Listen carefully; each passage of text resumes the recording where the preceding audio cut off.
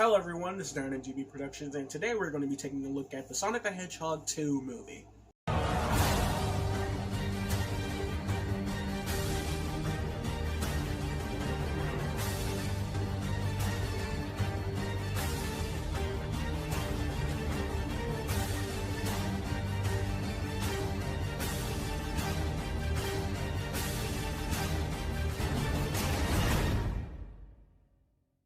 Sonic the Hedgehog 2 is the sequel to the surprisingly big hit that was the 2020 Sonic the Hedgehog film. If you've been tuning into this channel for a while, you will of course know that I am a pretty big Sonic the Hedgehog fan, and I'm a really big fan of the first Sonic the Hedgehog movie. As a movie on its own, it's very run-of-the-mill and simple, but like I said, it's a movie that works well within its simplicity and lays the groundwork for future films to pick up the slack. And did Sonic 2 do a good job at that? Well, let's take a look and see. The story is something I really have to commemorate for feeling like an actual Sonic story, especially when compared to the first. Again, while I do love the first Sonic movie, it is still a basic bitch of a movie at the end of the day. It does work within its simplicity, but it's pretty lacking when it comes to delivering a quintessential Sonic the Hedgehog film and experience. Sonic 2, on the other hand, is a Sonic the Hedgehog story through and through. Filled to the brim with action, adventure, heart, and humor. All stuff that almost any Sonic fan could ask for in a big theatrical outing for the Blue Blur. But watching this film as much as I have, I would be lying if I said the script wasn't lacking in a few areas. With these two movies, I gotta say the main consistency I can immediately think of is how the beginning for both are very strong, the middle mucks it up just a tad, but the ending leaves these feeling like goddamn masterpieces to me. I also love the amount of lore additions and changes they make compared to the games. There is a lot within the movie that I personally feel could have used a bit more elaboration within the overall story, at least for me. Stuff like Longclaw's hidden message for Sonic, the warriors that were with Knuckles when they find Eggman on the Mushroom Planet, and how the Master Emerald's somehow being reforged without the Chaos Symbol. I'm pretty sure there's probably more that I can't automatically think of right now, but the stuff that I listed doesn't drag the movie down any lower for me, just raises a bunch of questions with either none or non-satisfactory answers. I already know people are going to mention the Pre-Quill Comic, and I'm sorry, but I just really don't give a shit. When I heard the Pre-Quill Comic was necessary reading for the context of Sonic 2, I couldn't help but get a little irritated, because I knew shit within the actual story wouldn't be explained and just dumped within the Pre-Quill Comic just to push a few extra dollars for the movie. I talk about this with my friends all the time. I absolutely hate it when pieces of media such as games, movies, TV shows, etc. fall back on prequel comics to tell or explain shit that could have been told or explained within the actual story. It's cheap and lazy as hell. And yes, I have read the prequel comic, and it was a pretty good read, all things considered. Seeing what these characters have been up to, where newbies like Tails and Knuckles are before we see them in the actual film, and see the grander Sonic movie universe at large. Oh look, the Chaotix! But when it comes to stuff like the alien warriors that were with Knuckles at the beginning, honestly could have been explained in a one-off sentence about how they made a deal to aid Knuckles in his pursuit to find Sonic. Because I don't want the scene they were in to be completely removed, even though it could have been and nothing would have changed. Because it highlights Robotnik's intelligence and ingenuity without his machines, and it's really fun to see. Though the story with Tails really bugged me because it's contradicted within the movie. But I don't blame the movie for that, but actually the comic, because I'm pretty sure it was written way after the fact of the movie. But I'm getting very off track. Since I'm talking about stuff that annoyed me, I might as well get this next bit out of the way so I can hurry up and brush past it and get to the stuff that I actually loved about this movie. That of which being the human subplot. Now, in the first movie, I liked how it utilized the human characters. Tom and Maddie I genuinely like. They never overstayed their welcome. Tika Sumpter and James Marsden have really good chemistry and play off of each other very well. And all that is still true going into the second movie. If anything, I love them even more with the familial bond they grow with Sonic within the film, that most people for some reason find weird. But the subplot with Rachel and her wedding, I, like many others, could have really done without. Well, let me not say that, because that would indicate that I hated the wedding scenes, or wasn't entertained, which I definitely was.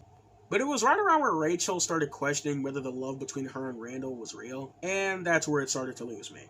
It wasn't played up for laughs, the humor stopped and they took an excruciating amount of time on something I honestly couldn't care less about. The time they spent on Rachel and Randall could have been spent to giving Tails a proper development, and believe me, I'll get into that in just a bit. And I will use that as a proper opportunity to segue into the big standout of Sonic 2, just like the previous film, that being the characters. I'll get into Sonic and Eggman later, but I'd like to get into the newbies for this film series, that being Tails and Knuckles. Leading up to this movie, a concern I had was that Tails would be overshadowed by Knuckles, which is why when the first Sonic film dropped, and I had the hope that the second film would focus solely on building that friendship and brotherly bond between Sonic and Tails. It was never about keeping things lined up and consistent with the games, but more so if a second movie focused completely on Sonic and Tails' friendship, with going more into the lore with the Chaos Emeralds, and a potential third movie would introduce Knuckles, that would be closed out in a satisfying trilogy of sorts. Having this hypothetical Sonic 3 focus on adapting a story with Knuckles ties things back around to the first movie, which would have closed out things in this potential trilogy of adapting the classic titles. But with this movie, from the get-go, they set out to combine the stories of Sonic 2 and 3, with introducing Tails and Knuckles and establishing themselves in this continuity all at once. This isn't a bad idea at all if they did it right, and it was alright, to say the least. When it comes to the Tails department, I was honestly expecting way more than what I got.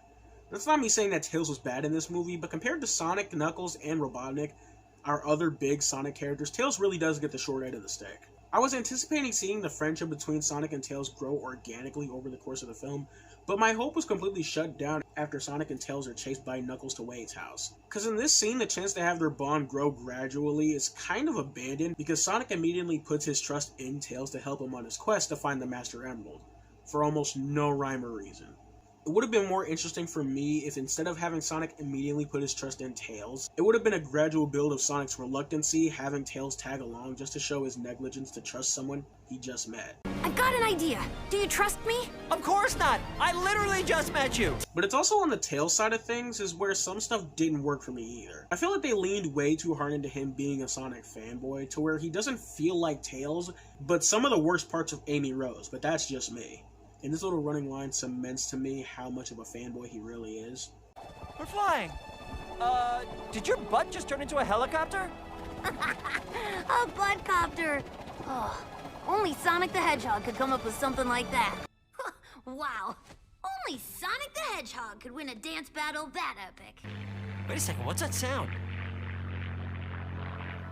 Only Sonic the Hedgehog! Shut up, Tails! Not to be that guy, because I really don't like pointing back to original source material, because it ultimately doesn't matter. But Tails was never this big, bombastic super fan of Sonic in the OG continuity. He was a quiet, lonely kid who was bullied and eventually saw Sonic running around and was inspired by him to follow him around and help him fight robots. I really wish they leaned more into him being bullied, and maybe the impact of that part of his character would have hit harder if we actually saw what his childhood was like, just like we did with Sonic and Knuckles. But they didn't. Maybe because it was due to lack of budget, but it leaves his mini-arc of finding a friend in Sonic feel pretty rushed to me. The same disappointment is also present with Sonic on the end of things, too. I was hoping that the gradual build of trust between the two would have a lot of emotional resonance with Sonic because other than Knuckles, Tails is the only Mobian, and yes, I'm calling the Mobians, fight me, he's met since he was a kid. I was really looking forward to seeing something like that unfold, but since this scene basically made them friends right off the gate, it kind of ruined any sense of smoothness when it comes to seeing their friendship build. And the main reason I'm focusing so heavily on this is because the story of Sonic and Tails is rarely ever focused upon in other pieces of media. It's only ever briefly mentioned in some cartoons and some moments in the games, but this right here could have been really interesting in seeing this version of Sonic and Tails befriend each other given the context of where Sonic is in this story. I know I sounded a tad negative, but I don't hate Tails or the Sonic and Tails duo in this movie.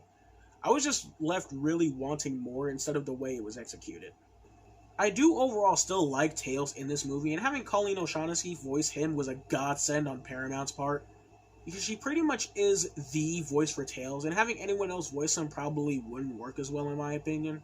Having Colleen be the voice also helps not to make this version feel like a staggering change, since there is still that level of familiarity in her line delivery. And even though I thought the duo between Sonic and Tails could have been handled a tad better, I still really enjoyed them together. I'd be lying if I said that most of the scenes with them weren't freaking adorable. I know most people will groan at the Uptown Funk dance-off, and it definitely did give me Alvin and the Chipmunks flashback, but I don't know, maybe it's because of the scene that it leads up to, or how Sonic and Tails utilize their movesets to win. I don't know, it just makes me really not mind all that much. Okay, but with all that Tails talk out of the way, let's get into who is without a doubt the main man of the hour, Knuckles the Echidna. I absolutely adore Idris Elba as Knuckles, and the general approach this film took with Knuckles as a character. The major way this version of Knuckles differs from others is how they went with a more noble tribal warrior approach, and I can't help but feel that this is the perfect route for them to go. It gives us a Knuckles who is more socially inept and naive with how old school his lifestyle was, and the social isolation he's endured for all these years. This version of Knucks is treated with way more seriousness than his game counterpart, but that doesn't mean he's devoid of any kind of humor. A lot will compare this style of comedy to Drax the Destroyer, and I really can't say they're that far off.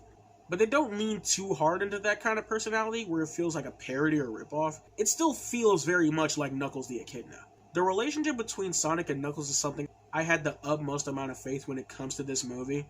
Because of the history and conflict given from the first movie, I was looking forward to seeing them butt heads in this movie because of that. But what I wasn't expecting was Knuckles' connection and conflict with Sonic in particular. I really love the change in dynamics they gave compared to the original story. The feud between Sonic and Knuckles feels way more personal because of the trauma Sonic experienced in the first movie, and the same loss Knuckles experienced because of it. This is definitely where the writers put their all, because the rivalry and eventual friendship formed with Sonic and Knuckles feels so genuine and so sincere. Where did you get that? Do I look like I need your power? I was expecting more of you. You're unskilled, untrained, and unworthy! Not only with Sonic, but with Eggman as well. Instead of being tricked, they form a mutual alliance to find the Emerald and kill Sonic. This relationship and dynamic also further emphasizes his gullibility and him putting his faith and trust in Robotnik, to where his betrayal leaves him in genuine distraught, and it's just sad as hell. Speaking of Eggman, there really isn't a whole lot I can say outside of, yeah, Jim Carrey is still my favorite version of this character. He definitely leans way more heavy into the cartoony levels of his performances, and I couldn't be happier for it. Although in this movie, he definitely feels more like Robotnik than he does Jim Carrey. And what I mean when I say that is, whereas in the first movie, we got a healthy mix of Jim Carrey and Dr. Robotnik performance-wise, in Sonic 2, he goes full on with the crazy as the mad Dr. Robotnik. He's funny, deceitful, cartoony, and maniacal. All things a good interpretation of Robotnik would need. But with all this character talk, I'd be an absolute dumbass to not talk about the main character himself, Sonic the Hedgehog. And how well exactly was he handled in this movie? Look, y'all, I said it already, and I'll say it again. Movie Sonic is the best version of this character. Sonic's overall arc in this movie is generally learning how to use his powers when the right moment comes, and being more responsible with them. It's not very nuanced, it's not very complex, but it really works for a Sonic story, and this version of Sonic in particular. I've seen a lot of people say that his arc felt incomplete or disingenuous, claiming he hasn't really changed throughout the course of the movie, but I couldn't disagree more. Having Sonic on this adventure with Tails and seeing his continuing feud and eventual friendship with Knuckles, at least to me, shows consistent growth of his character. Him taking responsibility for these two and refusing to take the power that he's been fighting for the entire film was the beginnings of what is on track to him becoming more like his game counterpart. And that is why I love this version of Sonic and hold him as my favorite interpretation, because he grows and evolves over the course of these movies. Game Sonic is a very static and flat character, which is very far from being bad.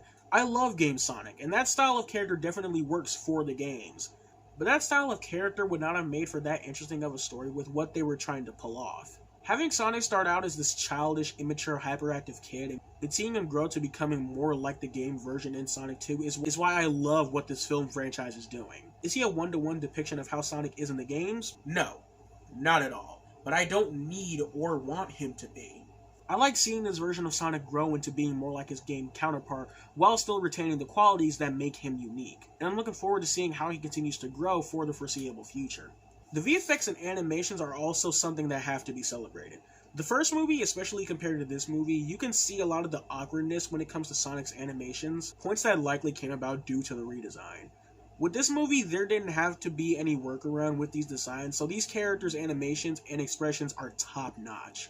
And the VFX in general just looked amazing for stuff like the fight on the mountain, all the fights between Sonic and Knuckles, Eggman's Death Egg robot, etc. While talking about all three, I love what this movie does with the iconic Team Sonic trio, and the final battle itself. Everything within the movie and all the slight issues and gripes I have was worth it just for this shot of our trio. This final battle as a whole is every longtime Sonic fan's wet dream, and it couldn't have been any more perfectly executed. They even gave me a bit of solo Tails and Knuckles action. These two characters I've always had a big issue with when it comes to Team Sonic, but that will be a discussion for a later video. And I can't wait to have more moments with these two.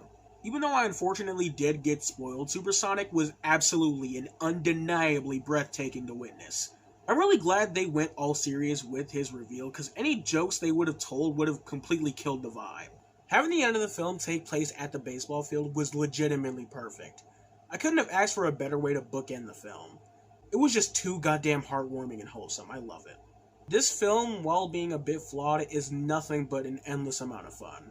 Despite the questionable writing choices, having an abundance of amazing and fun characters, breathtaking and jaw-dropping visuals, tons of moments of heart and humor, all are reasons why I love the Sonic movie too.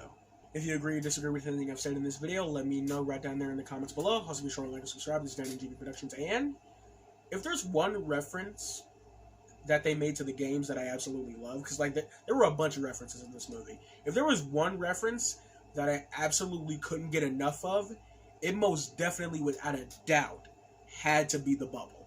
I can't tell you how much I couldn't stop laughing, because it came right the hell out of nowhere. It was so cartoony that it was literally perfect. Yeah, that's all I really had to say. Take care.